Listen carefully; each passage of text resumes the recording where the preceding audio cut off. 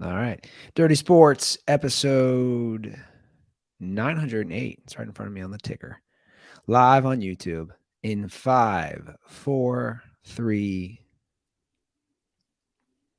Welcome to the Dirty Sports Podcast. I'm your host, Andy Ruther, coming to you live from Cincinnati, Ohio, with my co-host from Los Angeles, California, Joey No Chill Praino. Hello, Andy. Good evening. You beat me to it. Good evening, man. We doing another late night podcast.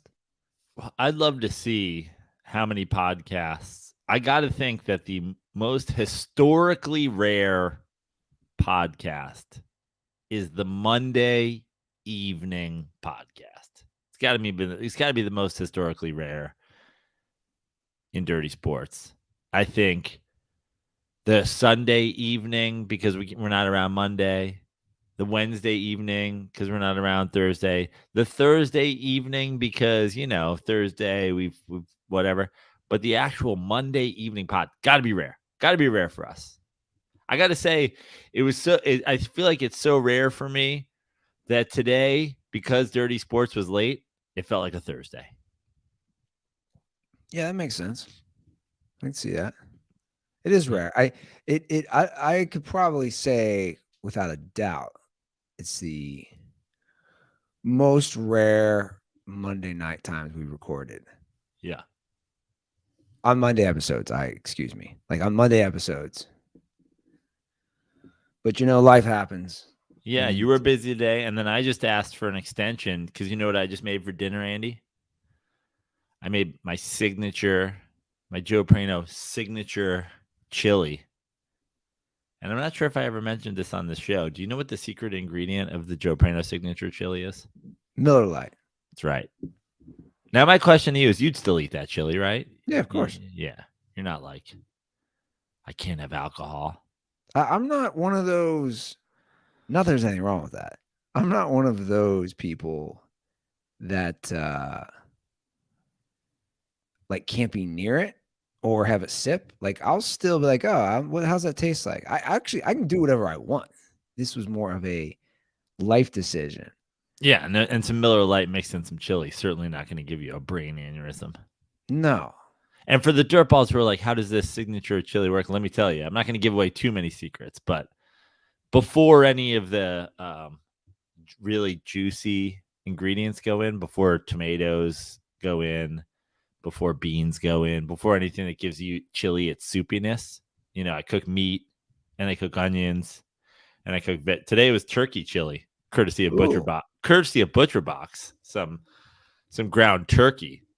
A lot of people like to slow cook that stuff because, they don't want to burn, say, the green peppers or the whatever. I don't fuck with that.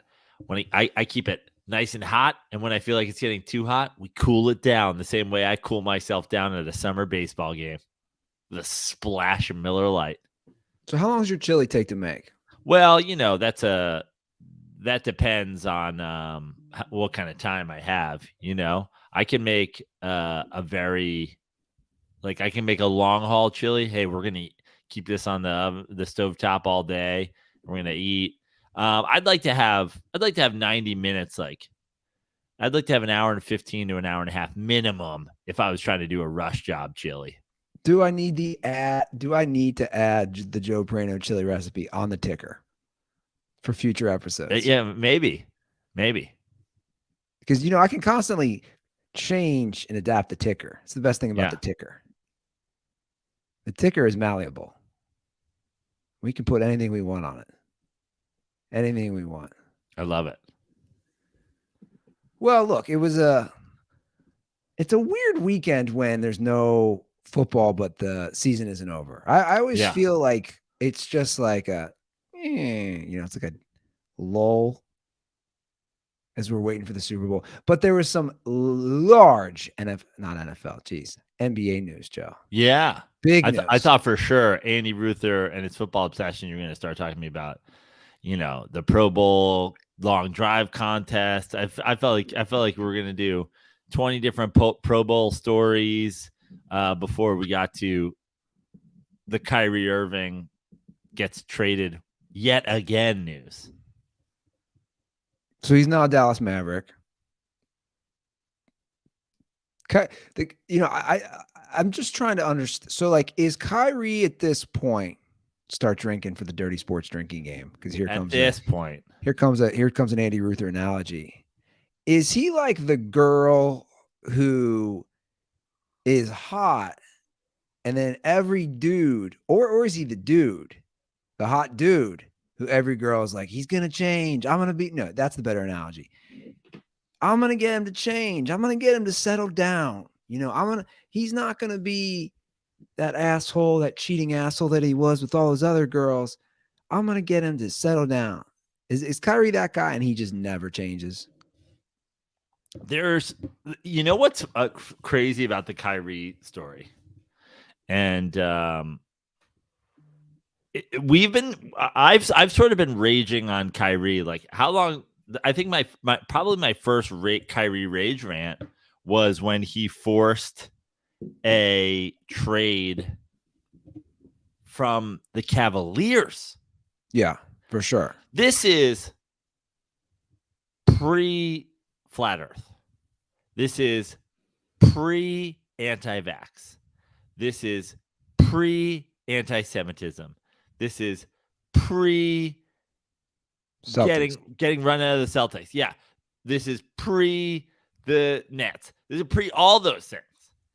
I think you can go back on this podcast and listen to me just be like, what kind of fucking absolute clown leaves playing with the best player in the world, the best player of all time, when you've won a championship together, when you were the first overall pick that they, of course, got because LeBron James left town. The most obvious torch passing situation. LeBron seemed like he was always maybe not destined for LA, but destined for a end of the career splash, Lakers, Clippers, Knicks, whatever. Like, it seemed like he had that last move in him. Easiest torch passing of all time. All you got to do is be the Pippen to Jordan, and then you get to take the team over, but like, hand it to you. Can't wait. I can't wait. I need my own team. No, at this point, we are now past the insanity that anybody thinks Kyrie deserves his own team. And we are so far removed. And now it's just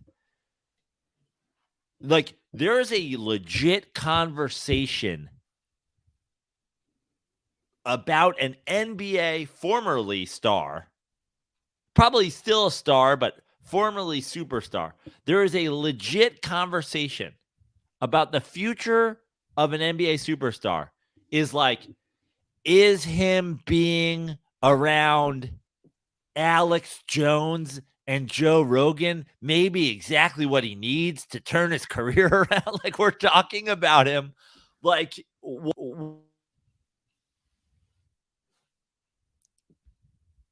you're muted. Hold on. You muted yourself. I'm unmuted. All right. You there? Yeah, I'm here. All right. Okay. Sorry. Continue. Drink for Joe Praino lost connection. That was self-inflicted. I think I pulled my cord and it unplugged my mic, and then there was some sort of self-muting thing going on. It was Kyrie's team trying to shut you up. But like, we're now at the point where it's like, will being in Texas with the looser vaccination rules and the lack of heat going to help him now that he can have a gas stove without worry? Is this what Kyrie needs to turn it around? These are legit conversations. Well, I don't think those are legit. Those are just dumb things people are saying. My thing, sticking with, you know, if we on. like if we just stick to dumb basketball. Things people are saying. Forget dumb things people are saying. A huge issue in the Kyrie Nets relationship was two things. No doubt about it. Not the Nets rule, a New York City rule. He had to be vaccinated to play in Brooklyn. That was one of the very first things that were like, you are putting yourself above your basketball team. Simple as that. This isn't, we all ride the bus together. We all fucking wear the same backpacks. There was no team. It's, you're putting yourself above the team.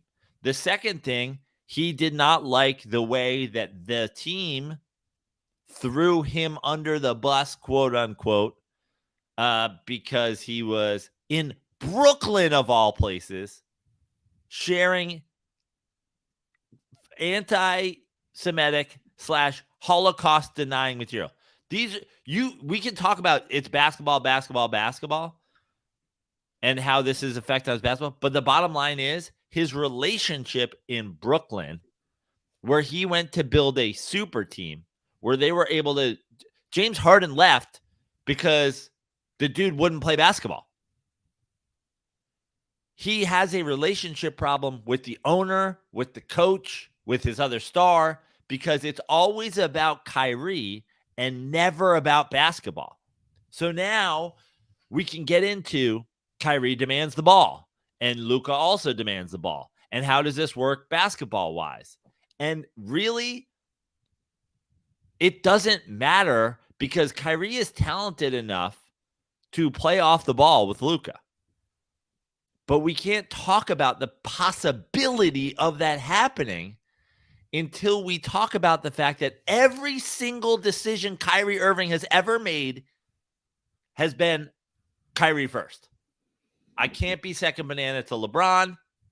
I won't do something that helps my team. I won't not share anti-Semitic shit in Brooklyn to keep the heat off my team. I will not it's all Kyrie all the time. So we can point to how he's actually physically been on the floor. But is there any proof in any of those things that Kyrie is suddenly going to be like, hey, man, Luka, I'm here to score a bunch when you go to the bench and hit open shots and fucking whatever? No, there's no proof of that. Not that he doesn't have the talent to do it. He's going to change now. Why? Because Jason Kidd? He was with Steve Nash. He was with Jacques Vaughn. He had Kevin Durant. He had Harden. He had LeBron. He had Jason Tatum. He had Jaylen Brown. Suddenly he's going to defer to Luka and Jason Kidd? Well, if you look at his career from a winning / production level, it only worked. Like, it worked greatest with LeBron. Obviously, they won a title. Like, whatever they did in Cleveland that season, it worked, right? They won a title. The Batman and Robin, between those two, it worked. Like, there's no denying it. It clearly worked. It hasn't worked since. It didn't work before that. It didn't work after that. Kyrie suffers like what I would call, like, he thinks he's smarter than everybody. And I'm not even here to get into all the ridiculous things that I agree with, don't agree with, I mean, disagree with, like, whatever it is. I just think, like, Kyrie just has a track record. We know this, like, starting with the flat earth, of, like, he almost wants to be this intellectual contrarian, so to speak. And I can't take him serious on anything because of his track record, his history, his track record with teammates. Teams get better when he leaves. Like from a basketball stance, the Boston Celtics got better. Just to ask you a question that Devin Springfield, a dirtball, once asked me. You don't actually believe that the blank are better without Kyrie, do you? Because that's just a bad take, brother. Please figure it out. Now, when he sent it to me, it was the Celtics, who obviously played in the NBA Finals last year after getting rid of Kyrie.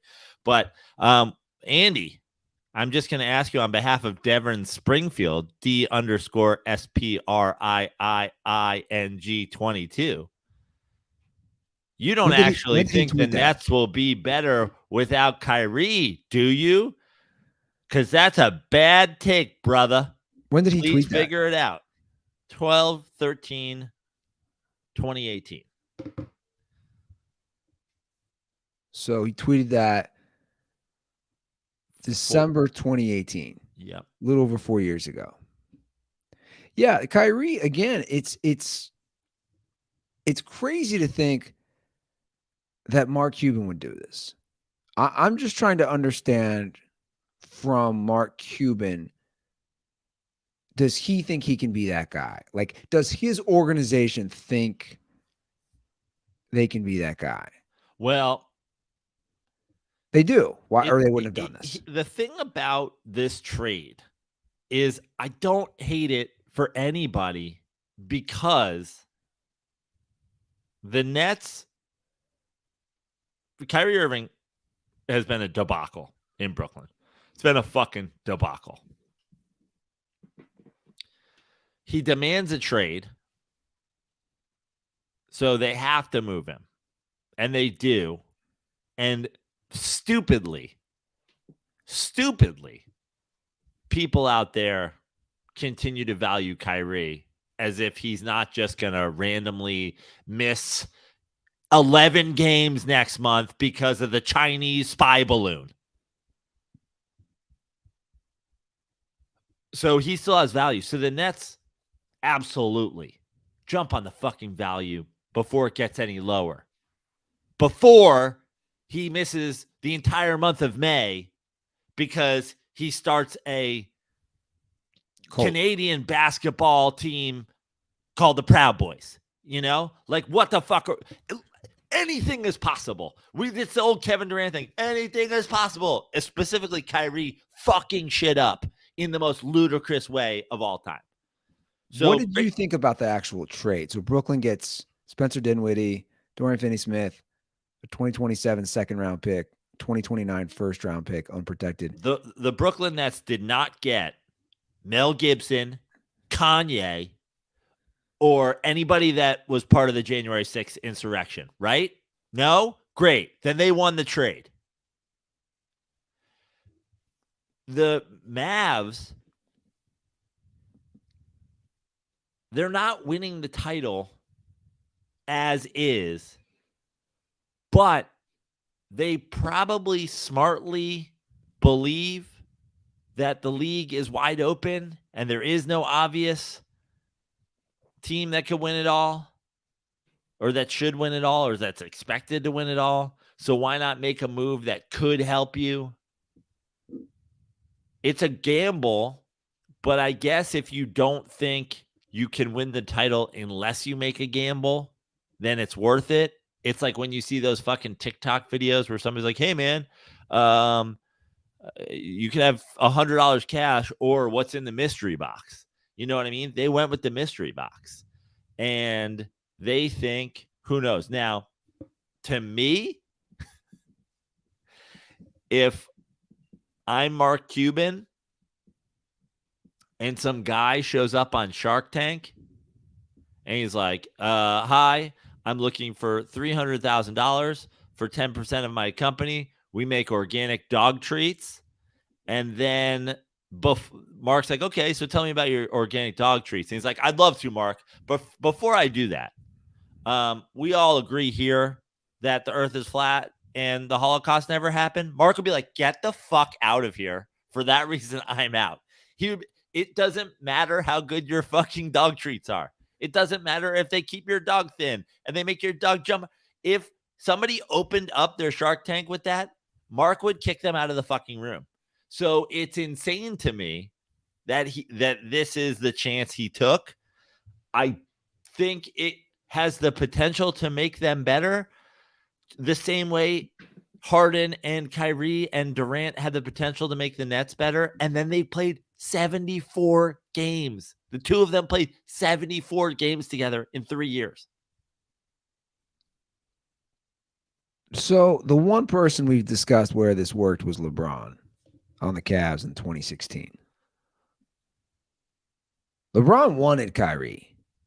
And he was disappointed.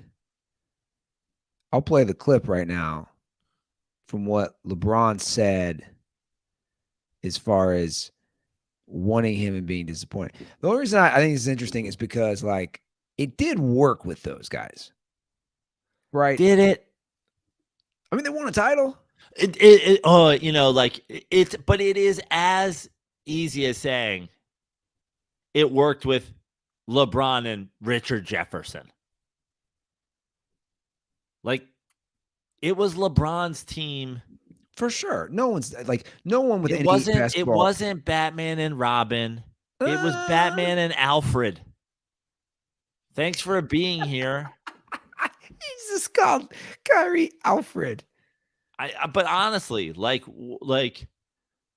LeBron led the NBA Finals in. When you talk about Jordan and Pippen in an NBA Finals thing, Jordan's leading the whole finals in scoring, and Barkley's leading the finals in rebounding, and Kevin Johnson's leading the finals in steals, and this guy's leading it in blocks, and Pippen's leading it in fucking defense, and Rod. It's like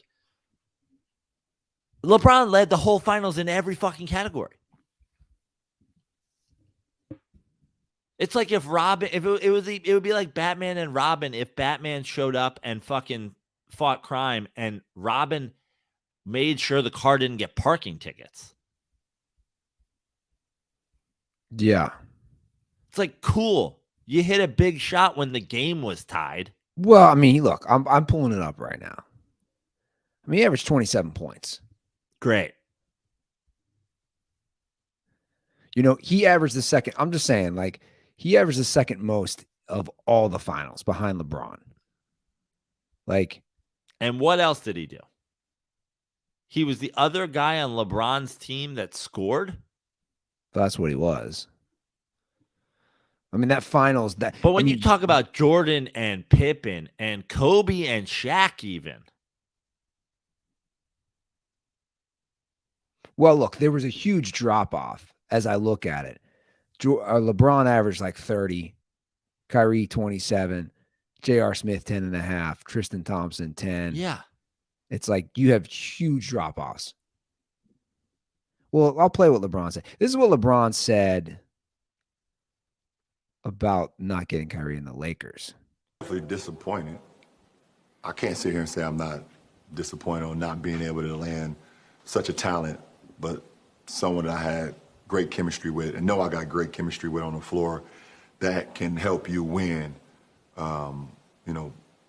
championships. In my mind, in my eyes. But my focus has shifted now. My focus has shifted back to where it should be, and that's this club now, and what we have in the locker room. That's a quick pivot, LeBron. It's a quick pivot. Quick pivot. It don't take me long. It don't take me long. I don't get too excited about the possibilities of things that can be. I kind of envision myself on what it can, but I don't invest it all the way until I know it's happening. And when it does not happen, I'm back locked in on the job at hand. So, we had an opportunity. I think our names was out there. The Lakers' name was out there. We had an opportunity. Didn't happen. We move on, and we finish the season strong. Try to get a bid into the postseason, where I feel if we go in healthy, we compete with anybody. Well, okay, definitely. So he's saying on there, Praino, that's all I'm saying. LeBron is saying we had good team chemistry. But but that's so long ago. I know. All I'm saying is it's coming from the horses. Like they want. All I'm saying, I'm not defending. Kyrie and LeBron won a title together, and let me explain to you what should at least be like, I think that deep down, the best analogy I can come up with for what LeBron, and listen, LeBron's not the world's best GM. No, either. Definitely not. He thinks surrounding himself with talented players. Like, there's a lot of people that help you win more than Kyrie will right now. Fact. Now, most guys are not available. But what I think LeBron, if he's smart, is thinking, their GM is thinking, maybe Cuban is thinking, etc., is this.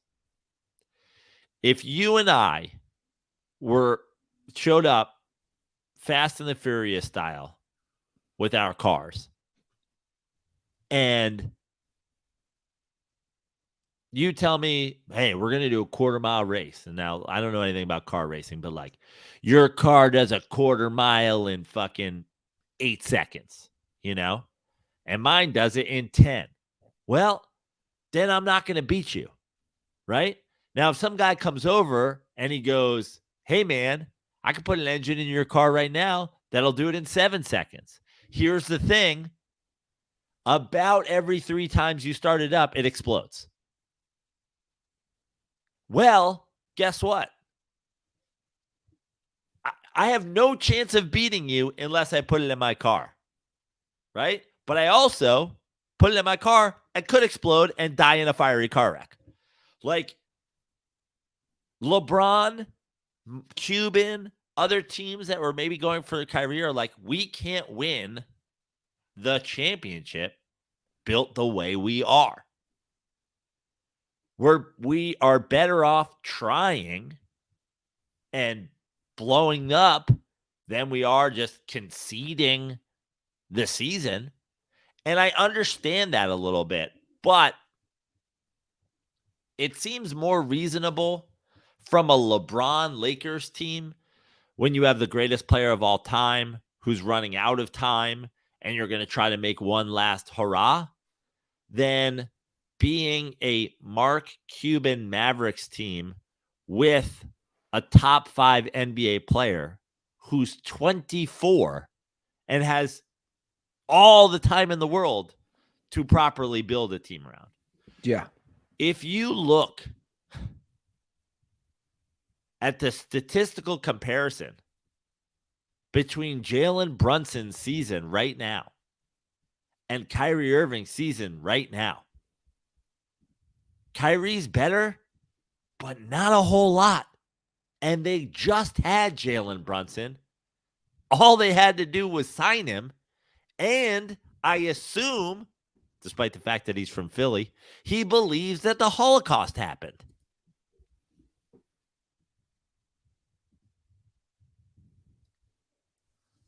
You got me curious. I'm pulling it up. So, Jalen Brunson, 23 points a game. Kyrie, 27 points a game. Now, Jalen Brunson's also played 11 more games. Assists, Brunson has him by 1. Steals, they're about even. Rebounds, Kyrie. Yeah, they're very similar. Kyrie has him by about a rebound and a half. They're extremely similar. And one's younger. And one's cheaper. One's shooting more better 3-point percentage. The other shooting's better 2-point percentage. They're very, very similar. And one's cheaper and younger, and you had him and didn't have to trade for him. I don't know if anybody remembers. I can pull up a lot of the names who argued with me when I did it. But I said when the Knicks, mortgaged their entire summer, so with a chance to clear up 2 spots to get Kevin Durant, Kyrie Irving, I said I'd rather have neither than have both. I would love to have Kevin Durant, obviously, but I would rather have neither than have both. And all this shit happens, and the Knicks end up signing Jalen Brunson. He's cheaper. He's younger. He's entering his prime instead of, probably toward the tail end. And, oh, yeah, he's not fucking insane.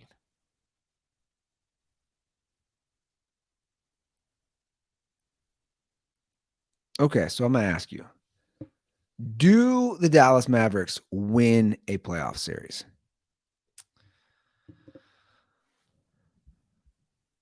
Let me just see where they sit. Like, it really will come down to seeding matchup. Right now, they're a 6 seed. They get the 3 seed Sacramento Kings. I think that they'll likely play better in the short term, move up. I don't like them against the Denver. I don't like them against the Memphis. I don't like them against the Clippers. Sacramento, that's a team that's playing above its head and probably too young. I'd probably defer to a team that's been there before, the same way Luka didn't get out of the first round his first year. I'd probably defer to a Dallas team against them. Phoenix, such a wild card these days. Yes, but yes, they do. But did they make the Western Conference Finals last year, or was it the year before? It was the year before, right? Okay.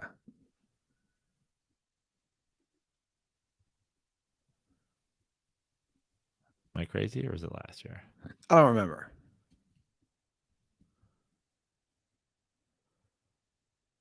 I just know it was recent. Yeah, it was Mavericks Warriors last year.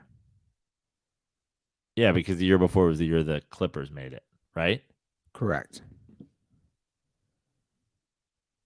Okay, so I mean that's what I'm saying. Like, they made the conference finals just last year, and obviously they've not been meeting expectations so far this year. Okay, interesting. The bottom line is, no one ever, since playing in very Kyrie fashion, 10 games at Duke or whatever, has ever questioned Kyrie's talent. Never. None of us do. He's just a fucking idiot. Well, there's just so much baggage. That's the problem. There's such a history, as we've stated. Look, guys have baggage. We see it in sports. Everybody has baggage in life, right? I always say, can you justify the talent with the baggage? That's what I always say, right? And it's like, I used to always say, like,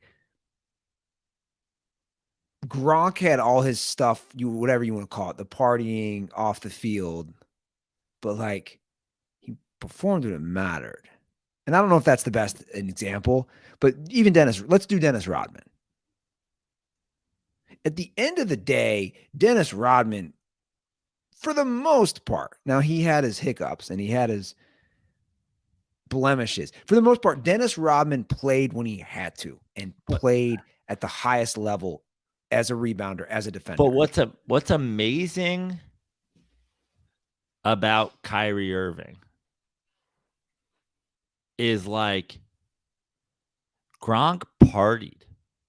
Dennis Rodman partied. Dressed funny, partied, got technical fouls and kicked out of games. But also, in getting technical fouls and getting kicked out of games, was also one of the great antagonists in NBA history. The technical fouls and the getting kicked out of the games was part of his game as much as it is Draymond or whatever. Kyrie isn't fiery competitor party guy. No. He's flat earth, anti-vax, Holocaust denier.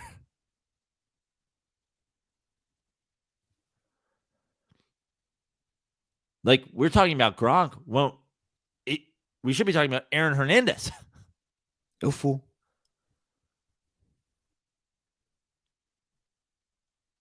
Yeah. Well, the word you said there, competitor, I think that's an important word.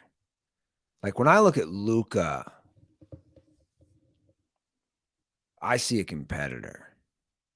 I see a guy who, when he gets on that court, it's all about winning, right? The bottom line is, I don't see that in Kyrie. So, like, how is that going to work out? the bottom line is, and I go back to it, and I've said it before on the show a million times. I said it when it was happening in football. I said it when it was happening with Cole Beasley. I said it was happening with whatever. Is like, I don't really give a shit if you think I know my bot. Dude, I don't think the Novak Djokovic thing is a real fucking story. If the guy doesn't want to put some shit in his body, and then they say you can't play in the US Open or the Australian Open, 100% his choice, 100% his right. They made a rule. He didn't play by it. He doesn't get to play. No problem. No harm, no foul. If there's 15 other guys on your team and you're taking a third of the salary cap and you refuse to play because of fucking the COVID vaccine, you're a bad teammate. Now, is he getting paid in that, though? I forget. Well, they can't just go sign fucking another max player for the games he's not on the floor.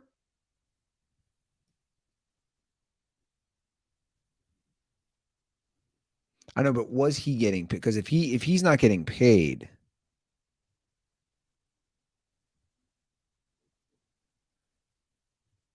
then he's not eating the salary of the team. Right, but forget the salary of the team. You're putting yourself at a disadvantage. The team went out and got you and Harden and Durant. That's their financial investment. We have to build a team around knowing we have to pay these three guys a ton of money. You can't just go, oh, well, Kyrie's sitting out today. I guess we should go get fucking Luka for the games.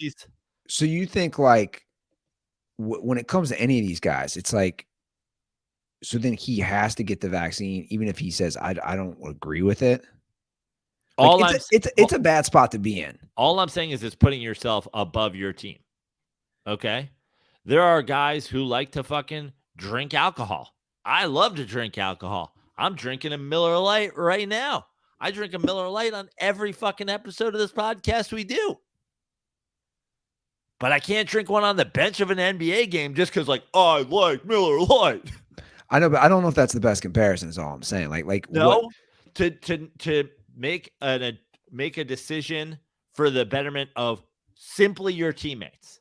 But again, we're talking about like a vaccine where now we've learned so much more during the whole pandemic, things that were right, things that were wrong, things that were, my point is, like, to be put in a position to take a vaccine, it's not a good position, I'd argue, for anybody to be in for their livelihood.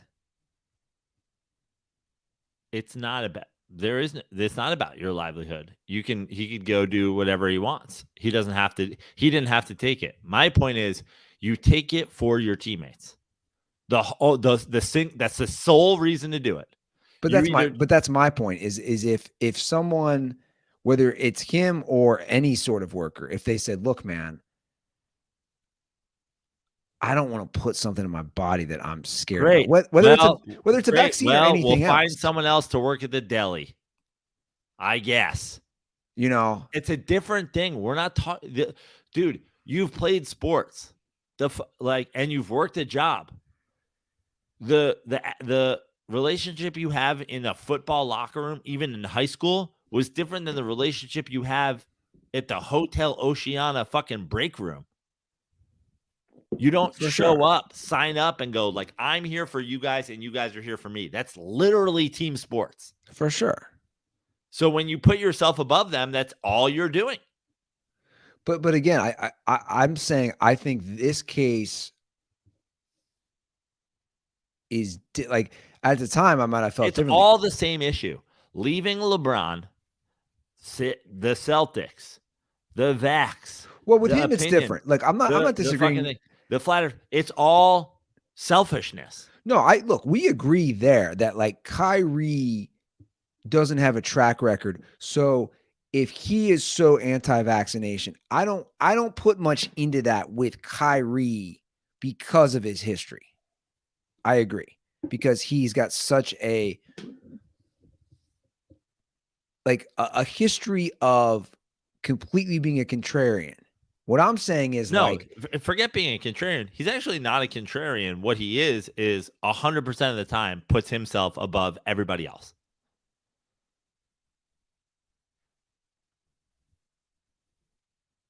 He went to Duke. He didn't fucking play. He went to the Cavs. He walks away from LeBron. He forces it to the Celtics. He's hurt for the fucking playoffs. He leaves. He goes to the Nets. He's got a vax issue. He's got a fucking flat earth thing. He's got an opinion living in there's more fucking Jewish people in New York City than there are in any place in the world outside of Israel. I think there's more people fucking combined in New York than everywhere else in the world outside of Israel. And he's like, hey, the Jews, huh? You're like, dude, all you do is never once think about how this is going to affect anybody but you. Well, I actually don't think he thinks about him. I don't think he thinks how it affects, because I think he just says stupid things without thinking, actually. Does that make sense? I don't think when he's saying these things about Jewish people or promoting some wild conspiracy, I don't actually think he's thinking. He's just like, yo, man, I saw this thing. But isn't that the issue with him going to the Mavs? It's like, at best, what do we have? At best, we have a very talented basketball player who demands the ball. Correct. With the most ball-demanding other player in the league. And at worst, we have a guy who goes down there and, dude, I know I'm joked about it, but I'm serious. If tomorrow afternoon, because he's arrived in the great state of Texas, he goes on Joe Rogan and says Biden should be assassinated for not taking out the Chinese spy balloon fast enough, and that headline was on ESPN, would you be shocked? Well, I wouldn't be shocked of anything that he said. Right. Isn't that a crazy person to trade for? Well, yeah, that's what we're talking about. Hey, man, Thursday, Kyrie could go for 50. Thursday, Kyrie could go on the Alex Jones show and say that the NBA is rigged by dinosaurs. Both equally possible to happen on fucking Thursday, and you traded for him.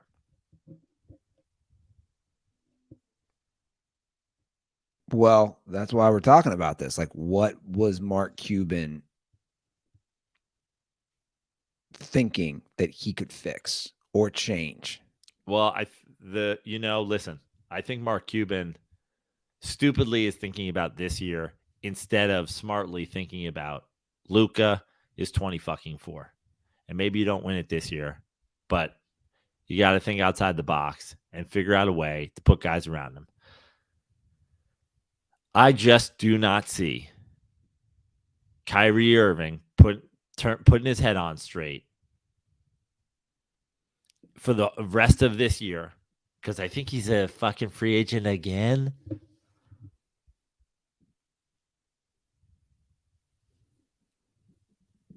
Yeah, I don't either. I mean, and simply, I don't think that their styles of play mesh.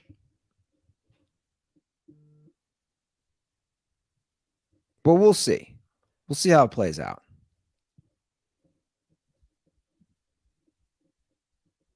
I've as you discussed this, I've hopped over to Prize Picks. I see a couple of your Knicks are on there for tomorrow's game. So is LeBron. What's LeBron's over-under of more than less than for tomorrow? 32.5 points. Wow. Against the Thunder. So if I believe, was he got to score 37 or 38 to get there? I believe so. I really want to go to that game because the other game's way more expensive. But like, I don't know. I almost feel like LeBron is strategically going to do it on Thursday. But like, wouldn't it be so much better if he just like went off tomorrow? Yeah. Well, you guys can make a play on that. Download Prize Picks today and play daily fantasy sports with us. Make sure you use promo code DIRTY when you sign up. All sports, guys. Obviously, we have the big game coming up on Sunday. I believe contractually I am not allowed to say the actual name. We'll just call it the big game. The big game. So get ready for that, guys, because the NFL owns that term, and I cannot say that. But what I can say is that Prize Picks does have many NBA plays. Jalen Brunson, who we just talked about, he's at 25.5 points. Julius Randle's also at he's at 27.5 for tomorrow's game. So you can go make some plays on that over at prizepicks.com. Go ahead and download the app. Use promo code DIRTY. And you can get you'll receive 100% instant deposit match up to $100. So if you deposit $100, you get $100 back. It's a great deal. So go ahead and do that. So you think LeBron's doing that? You think he's like strategically saying, I want to do this Thursday, not Tuesday? I don't know. I just think that, like, I wouldn't be surprised if he doesn't, like, I don't know if it's a good quality of LeBron's or a bad quality of LeBron's. Probably a good quality that he'll just, like, stay within himself tomorrow and probably, score 32 or whatever. And then he'll be able to stop the game in the first quarter on Thursday when he hits a sky hook to break the record or whatever, as opposed to, having to do it probably super late in the game when every basketball match. But like at the same time, there's some part of me that, I love LeBron for the unselfishness of his game and the way he's always made the right play. But there's some part of me, and I know it's very un-LeBron, that just wants him to come out and be like, yo, I'm going to score every point in this game and I'm going to break the ship by halftime. Well, if he wants to go Kobe. Right. Killer instinct. That's what he'd do. But the thing is 60 points or whatever in his last game, like that was unreasonable and stupid and a goddamn waste of everybody's time, LeBron can score 37 without really doing all that much more than he would normally do. Yeah, no, for sure. 5 extra baskets. Yeah. Excuse me. I think he's going to do it Thursday. Do you think he does it with a sky hook? That'd be pretty funny. A lot of clips of him practicing it. Really? I didn't see that. Yeah.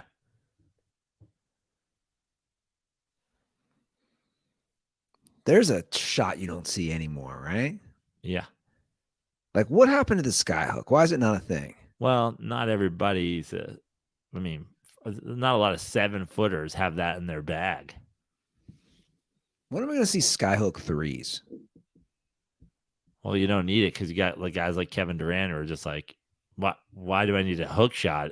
Like if I'm 7 feet tall and I'm out here, I'll just pull up and put it in your face. Yeah. True.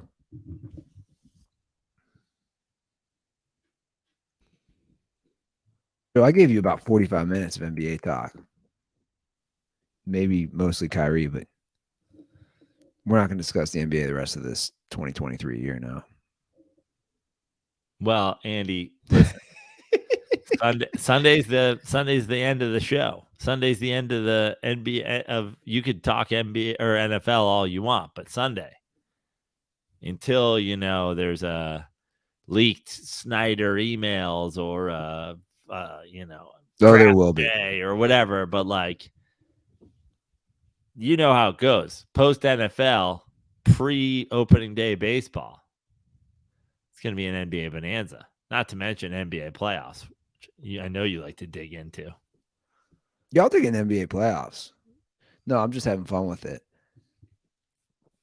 We did have some NFL news as always. I did not watch the Pro Bowl for the record. Anything? Did you watch anything? I didn't, dude. I DVR'd all of it. I'm thinking, if I have time. I had the Thursday skills competition with the quarterbacks. I had that on the background, folding laundry for like 20 minutes. Okay. But when Tyler Huntley was in the Pro Bowl, it's like, what are we doing here? Tyler Huntley get through 2 touchdown passes all year and is in the Pro Bowl. So I didn't really watch anything. And I'm not going to go back. He didn't throw 2 touchdown passes the whole year. Yeah, he did. How did he make the Pro Bowl? He was like the 67th alternate. Yeah, but still. He threw 2 touchdown passes? I'm not making this up. How did fucking Mike White not make the Pro Bowl over him? I'm telling you, he threw.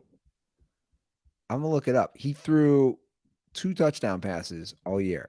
It was the lowest, obviously the lowest ever for somebody to technically make the Pro Bowl. Yeah, he threw 2 touchdowns and 3 interceptions. That's insane. He started 1, 2, 3, 4. He started 5 games, and then he started 5 games. He threw 658 yards in 5 games. 658 yards in 5 games. Now, if you're Tyler Huntley, are you embarrassed? I mean, that's the question. Like, are you? But how does it even happen? Is that just like a coach's choice? Like, how does it? Like, how's Kenny Pickett not in? How's, Mike White not in? I'm trying to think of like what happened to Jacoby Bruscoli? Like, where's Davis Mills? Like, Davis Mills probably had a 3 touchdown game at some point. Here's why. So there's just so many injuries. Herbert was injured. Lamar Jackson. Tua wouldn't play. Josh Allen didn't play. Mahomes is in the Super Bowl. Burrow was like, no, I'm not doing it. So it was Trevor Lawrence and Tyler Huntley. I don't understand why they didn't go with, even Russell Wilson threw 16 touchdown passes. I think we'd all agree we'd rather Huntley than Russell Wilson, but basically anybody else. Tyler Huntley ranked 48th in the NFL in passing yards and passing TDs. Yes, 48th in a 32-team league. Well, I don't know. I wonder if you could have made a bet at some point if Tyler Huntley made the Pro Bowl. He threw 2 touchdown passes the entire year. Yeah, I wonder if anybody's ever made the Pro Bowl with 50% more interceptions than touchdowns. Did you watch any of it? No.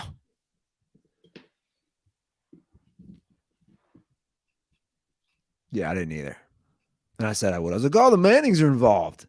I'll watch some of the contest. I bet there's some good content. I didn't watch any of it, though. No, me either. Did you see what Sean Payton said? I like it, Joe. I'm telling you, you dissing Sean Payton. He's trying to change things, I think. You see what he said about Russ, his little quarterback coach? Yeah. Yeah, not going to work here anymore. So like Sean Payton is already trying to, and this is what I said. I'm not saying I'm like buying fully in. I'm just saying Sean Payton, what did I say? Outside of the actual football stuff, he needed to get Russ's ego in check. And It's a quick 20-second clip, but this just came out tonight. I think he's doing it. 30-second. Coach, Russell Wilson had a personal coach, Jake Heaps, in the building with access who wasn't on the staff. Yeah, I'm not too familiar with that. How do you feel about players having their own people off the staff in the building, access to players? Yeah, that's foreign to me. That's not going to take place here. I mean, I'm unfamiliar with it, but our staff will be here, our players will be here, and that'll be it. Coach, I mean, what do you think, Joe? I mean, that's step one. I think exactly what I said last week. Honestly, just even theoretically, the idea of the Denver Broncos' strength was their defense. They fired their defensive coordinator and they hired an offensive first coach to try to fucking save Russell Wilson when Russell Wilson's only team success came when he was a guy whose name people didn't know, handing the ball off to Marshawn Lynch and letting his defense play defense.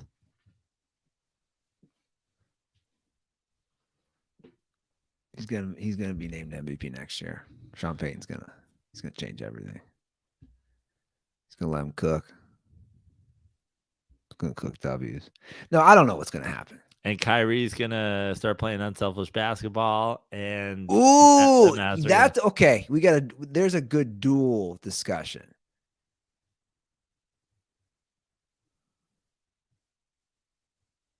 I'll say this: the Mavs have a better chance of winning the West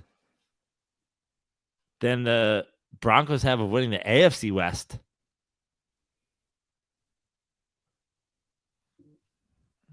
Yeah, I wouldn't disagree with that. There were some coordinator hires that I found interesting. Brian Flores, who I think is a good defensive. I think he's a good coach defensively. Brian Flores, defensive coordinator for the Vikings. Can he change that Vikings defense around? Well, he can't make them worse. Now, here would be something fun for next season for all our Vikings fans. If their defense gets good and Kirk Cousins is playing with a good defense, oh boy, no excuses anymore, right? You mean because they won't have the excuse? Like, it's kind of a catch-22, right? Right now, the excuse is Kirk Cousins has to play without a defense because Kirk Cousins franchises can't afford a defense because of Kirk Cousins. So yeah, if Brian Flores manages to put together like some sort of what are we talking about, by the way? Like, what's a good defense? Like,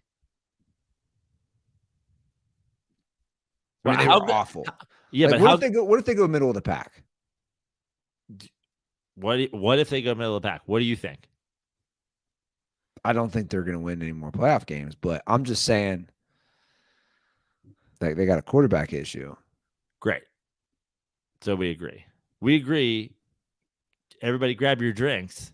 We agree Kirk Cousins doesn't have a winning the Super Bowl with the 18th ranked defense a la Eli Manning in him, or winning the Super Bowl with the 25th ranked defense in him, right? We think Brian Flores has to turn the Vikings defense into what? A top 8 defense.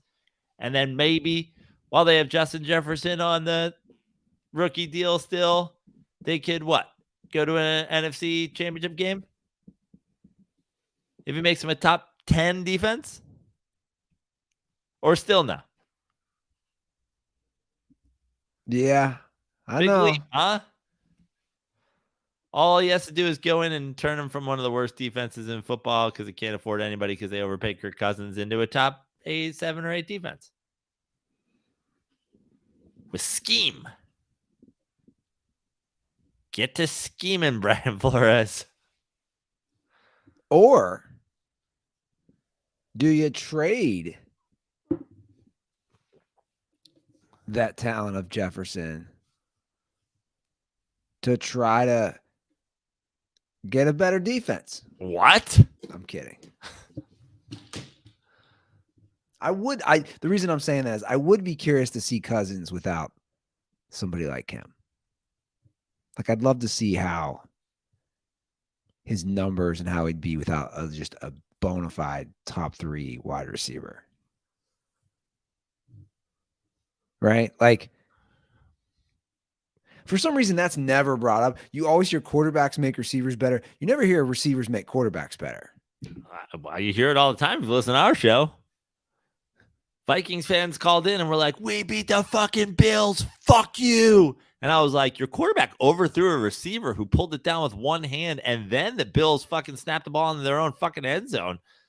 What the fuck are we talking about here?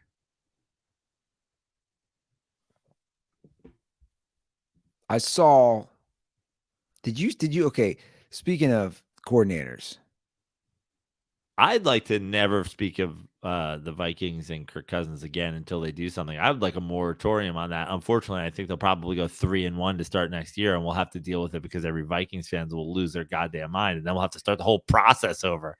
I'll be like, can you guys fucking relax? Can we just do that? Because I'd throw that out there right now. I don't care if they hire Bill Belichick to be their defensive coordinator, Bill Walsh to be their offense coordinator. Can you guys just not call this show and not put on the Reddit and not tweet at us anything about the Vikings until you guys win a fucking playoff game?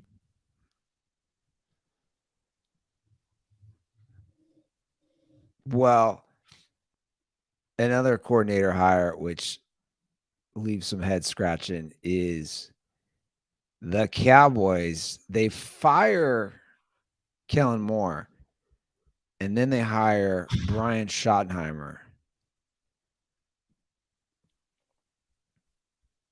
Did you see the tweet on that? Nepo baby. What? This is the most classic Nepo baby of all time. Oh yeah, but I'm just learning this term.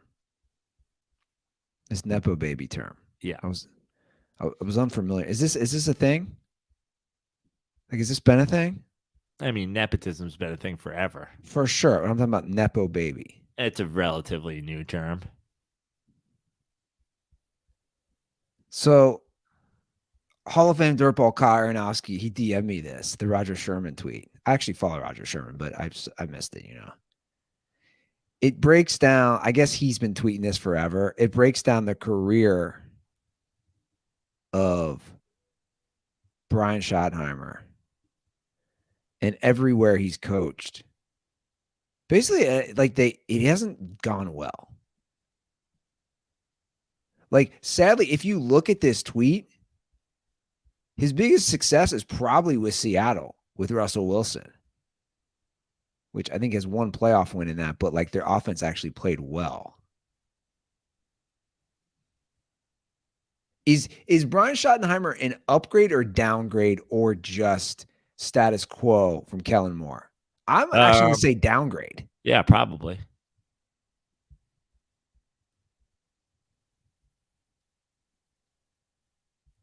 So he's a Nepo baby. That's what they call him?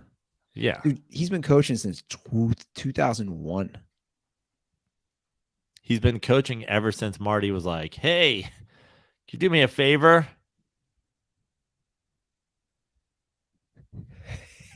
I just can't get over this, man. He's one of those guys who I see this and I'm like, he's been coaching this long and he hasn't done anything. He's done nothing.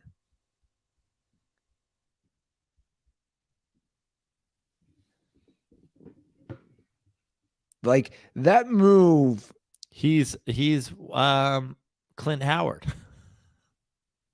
Who? Clint Howard. Who's Clint Howard? Come on. Who's Clint Howard? Put Clint Howard into your Google. You know him from such movies as Apollo 13. Yeah. Sorry. Directed by his brother, Ron Howard. Sorry. I knew this guy had a name. I just knew it was Ron Howard's brother. That's his name, Clint.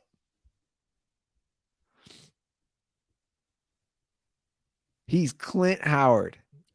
You know what's amazing? I think if you put Clint Howard, do you have Google Images pulled up? If you put in Clint Howard in Google Images, I bet you could get a picture of him from fucking Apollo 13 with a headset on, which is essentially Brian Schottenheimer being an offensive coordinator.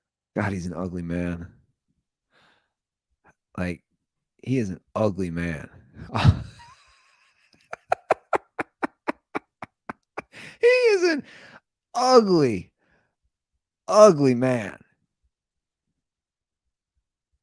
I mean, that's Brian Schottenheimer looking down from the booth. Have we tried handing it to Tony Pollard?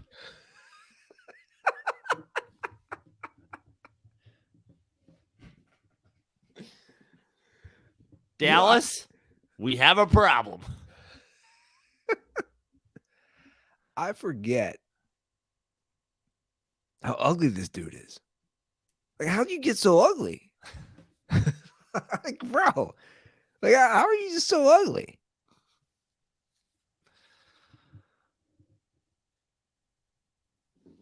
I'm looking at his IMDb, man. I just want to take Ed Harris and the other guy out of the background of that and put him in an offensive coordinator's box. Replace Ed Harris with Jerry Jones. What a fucking mess the Cowboys are. This is who. I totally forgot he was in Apollo 13. I mean, it's unbelievable. What a fucking shit show down in Dallas, huh? We had a funny call, speaking of the NFC East. We got a call about the Praino Curse. Is there a Praino Curse, guys? Is there a Joe Praino Curse? How many calls? We've had this call 25 times over the fucking last 4 years since the Ruther Curse has become a thing, where like literally one thing will happen and they'll try to introduce Praino. Ruther's been cursing things like every month for fucking half a decade at this point. Just saying.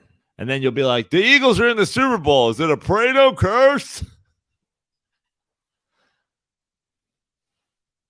I'm just saying, you call that hotline, 310-359-8365. We have a call about the Joe Praino Curse.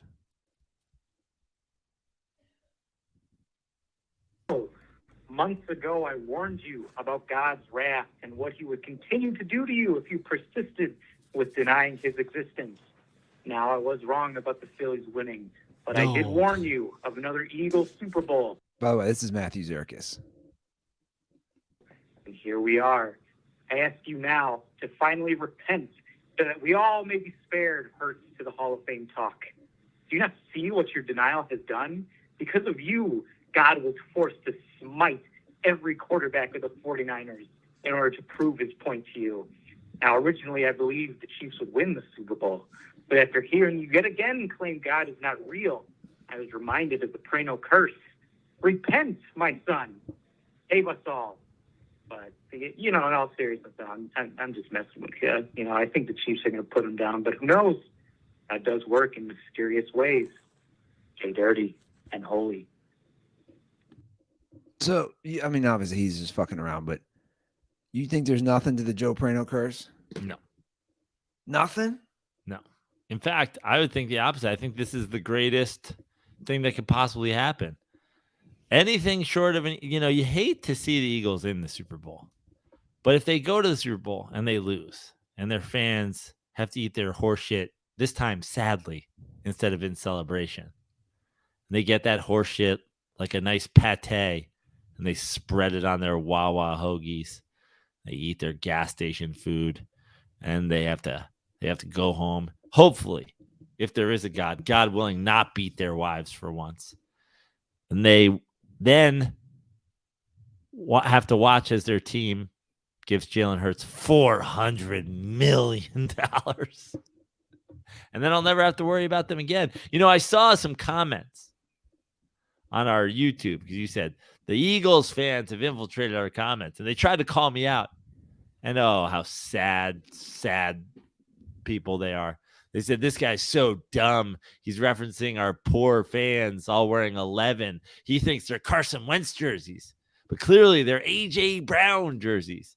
I don't think that that's true, guys. I'm just going to go ahead and say it here. I've known a lot of things about Eagles fans over the years, and one of them is you see a lot more Riley Cooper jerseys than you did Donovan McNabb jerseys. You see a lot more Carson. Oh, all those 11s. No Jalen Hurts. We didn't see any Jalen Hurts jerseys in that video. MVP finalists. We didn't see any Jalen Hurts. Just a lot of AJ Brown jerseys. That's what it was. A lot of AJ Brown jerseys. No one went out and got their MVP finalist quarterback jersey before the NFC Championship game. Y'all just went out and got first year Eagles wide receiver AJ Brown jerseys. No, guys, you poor pieces of trash. You got your cars. You might have duct tape on the back over your Wentz name and wrote AJ Brown. Seen that a few times. But yeah, the 11 jersey, the number. Come on, guys. We all know what's going on here. I've been an Eagles hater for a long time. I've seen you guys. The Coy Detmer jerseys and the Jeff Garcia jerseys sell like hotcakes when they take over, but not a whole lot of Michael Vick and Donovan McNabb jerseys being sold back in the day. Yeah, Eagles fans. I knew that was going to happen. I knew they were going to come into the YouTube comments on that Give video. me the Dallas Goedert jersey, they say. I need my Dallas Goedert jersey. Somebody deleted one, and I responded to some of them. Somebody called you said it was obviously he's a Boston fan, and I was like, a Boston? I was like, dude, you clearly don't listen to our show. A Boston fan? Oh, because I had the Walton jersey in the background? Well, I'm also not a Baltimore fan, in case anybody's wondering. Yeah, somebody called you a Boston fan. I just like great players, like the Bill Walton and Billy Ripken's older brother.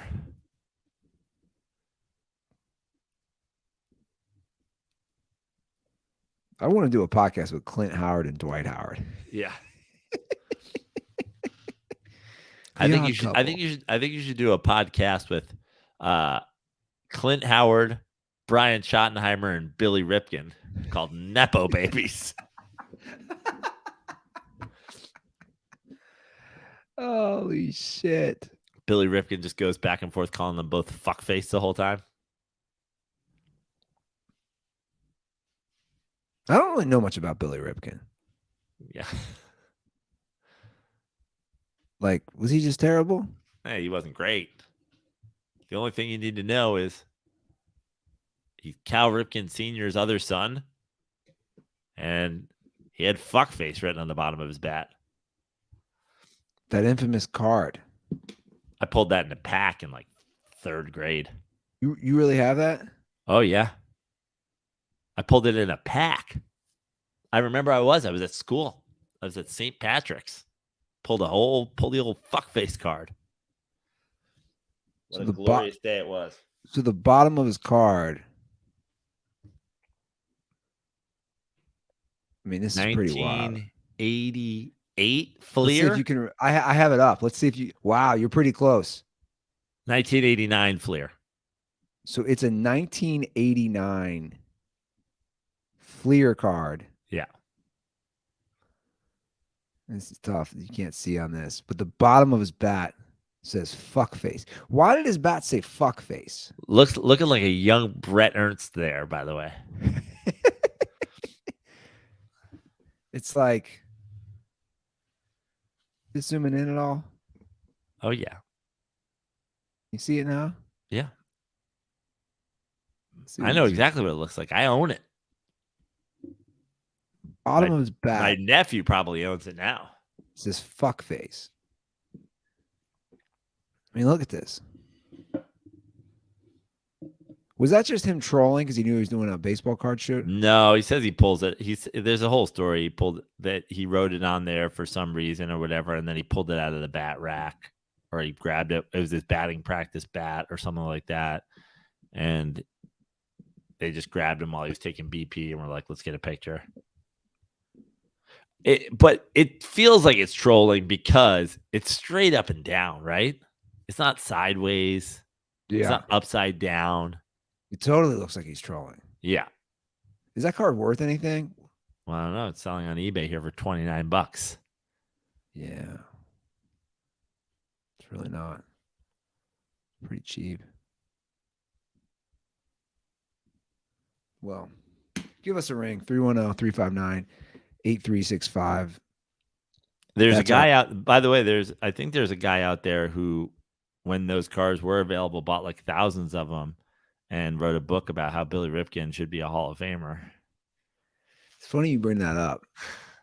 I went to Jameis 101's Twitter the other day. And that guy runs a Twitter called Fuckface101. I went to his Twitter the other day, just checking in, doing a little it's been about a month check-in. And I started laughing out loud. Not from any tweets, because they're ridiculous. They're next level. But what made me laugh was thinking that he wrote a book at this juncture of Jameis Winston's career, right? Like he's played 8 years now. He basically hasn't started for 3. Like the thought that he wrote a book in 2018 or 2019, I'm not sure, that he was on a Hall of Fame trajectory. Who's Jameis on next year? I think he's still with the Saints, right? Isn't he? He's under contract. Yeah. Yes, he's under contract. Yeah. But he lost his starting job to Andy Dalton. Yeah. I'm saying, who's going to start there? I love this Baker Mayfield or Jameis Winston. Who's in the league longer? I love this discussion.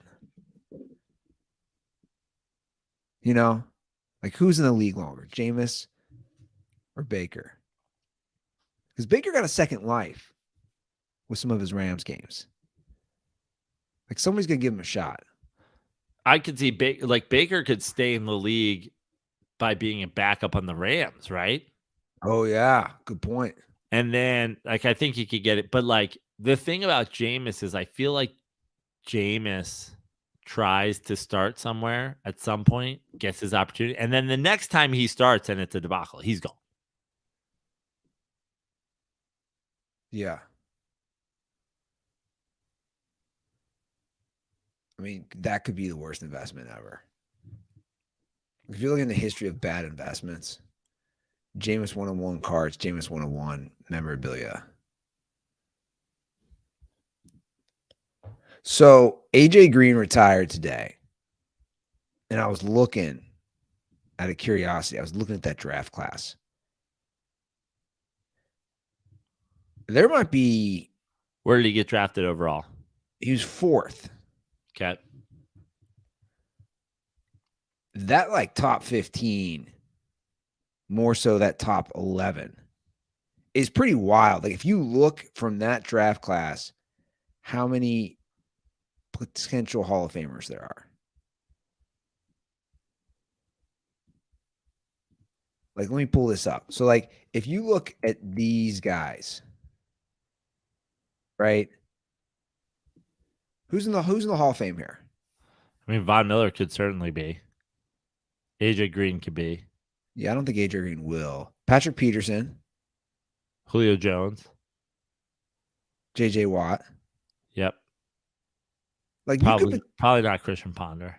No, Christian Ponder's not making the Hall of Fame. Alden Smith, DUI Hall of Fame for sure. Didn't he have 1 million DUIs? Yeah.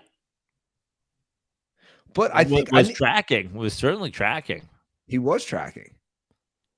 But I'm saying, if you said Von Miller, Patrick Peterson, possibly Julio Jones, AJ Green. I don't think AJ Green, but Julio, you might have in that top 10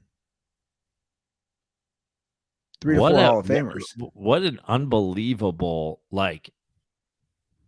what absolute fucking whiffs too that are part of those top 12.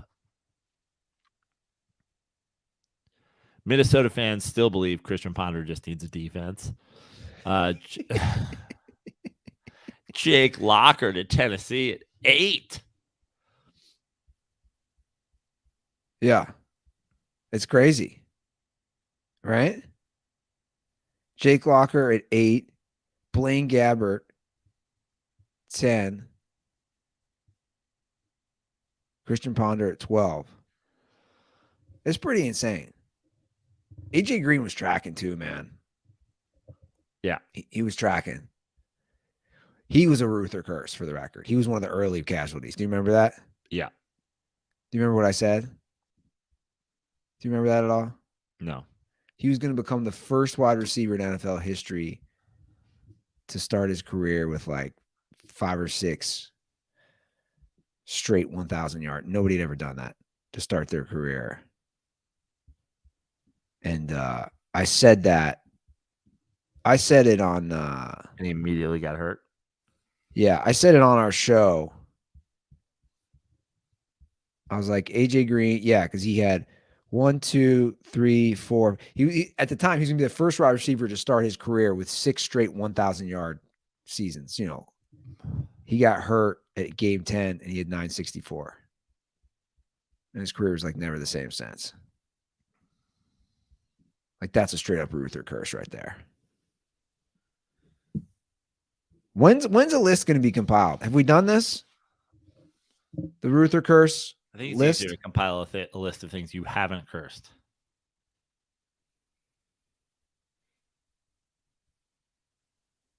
I'm telling you, the Bengals didn't. There was no curse this year, right? I mean, I don't know. Last year they made the Super Bowl. This year you joined the cause.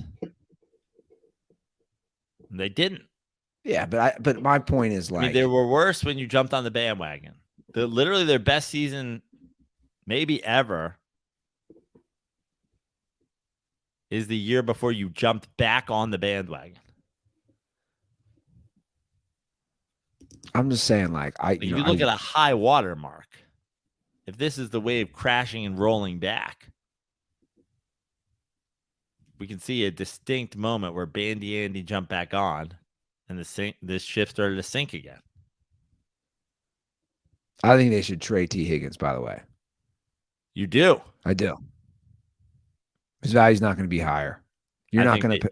I think that you're absolutely right. And I think that if you look at Randy Ruther, right, and Randy texts me every day, but it's like, I think we find a way to sign him. And it's like, dude, finding a way to sign him and then finding a way to sign Jamar Chase. Listen, finding a way to sign him and finding a way to sign Jamar Chase and finding a way to sign Joe Burrow, there is a way. Just means you have no defense and no offensive line. If they can get, and they should, he said back-to-back 1,000-yard seasons. If you can get a first rounder right now at his age, what is he, 24, 25? If you can get a first rounder for T. Higgins, kind of do what Tennessee did. Now, it didn't work for Tennessee because they have Ryan Tannehill. The Bengals have Joe Burrow. Give Burrow another first rounder. He'll make it work. Just keep doing that same thing. Right? They came in together. They were drafted together, him and T. Higgins. Just trade T. Higgins for a first rounder. Why would you not? Oh, I'm not sure that they would get an offer. I mean, who's making that offer? The Bears?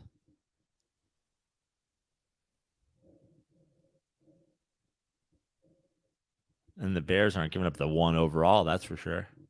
Well, I think the Bears have a few picks, right? Yeah, I think so. I'd trade him. I'd trade him for a second rounder. I don't know. Is that crazy?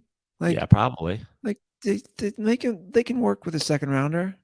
You also have a window here. You could just tag him. I mean, he's not even a free agent until no.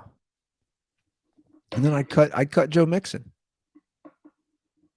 with the arrest, which was the charges were dropped, but like you save $10 million dropping Joe Mixon. Draft a 4th round running back. The fuck are we doing here? These running backs are just they're so replaceable. They're so, like, to me, that's the most replaceable position. It's the running back more than almost any other position. I don't know. But on Thursday, we will do a full Super Bowl preview. We'll do some fun prop bets. And guess what, Joe? We can actually put the bets on the screen this year. Hell yeah. So if you're not subscribed to us on YouTube, you probably should be now that we're working with the StreamYard and Andy's putting up pictures of Clint Howard. You ever think it would come to this? We could have pictures of Clint Howard. Subscribe on YouTube. Set your notifications. Set those noties, as the kids say, right? Sure. Set the noties.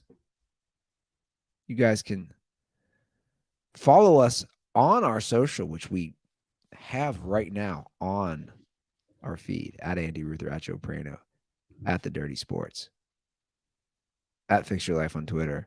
That's and right. Joe, I believe. Whoa, there it is. Oh, look at that. Whoa. Whoa, there you go. Look at that. JoePraino.com for all live shows. I will be in San Diego next week. I'll be there doing our good friend Josh Nelson's show at Candy's Boom Boom Room under El Perez on Wednesday. I'm doing a Don't Tell comedy show. I'm probably not supposed to tell that. Fuck.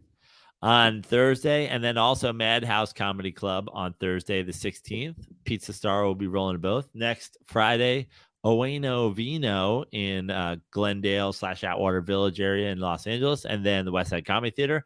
And then yada yada yada. There's other shows, but the ones that you really need to remember, the important ones, the Friday, March 10th, 2 shows in Bozeman, Montana.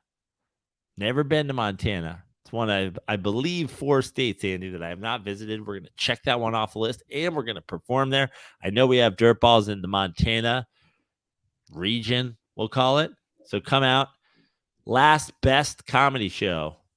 Last Best Comedy Club in Bozeman, Montana, March 10th. 2 shows that Friday.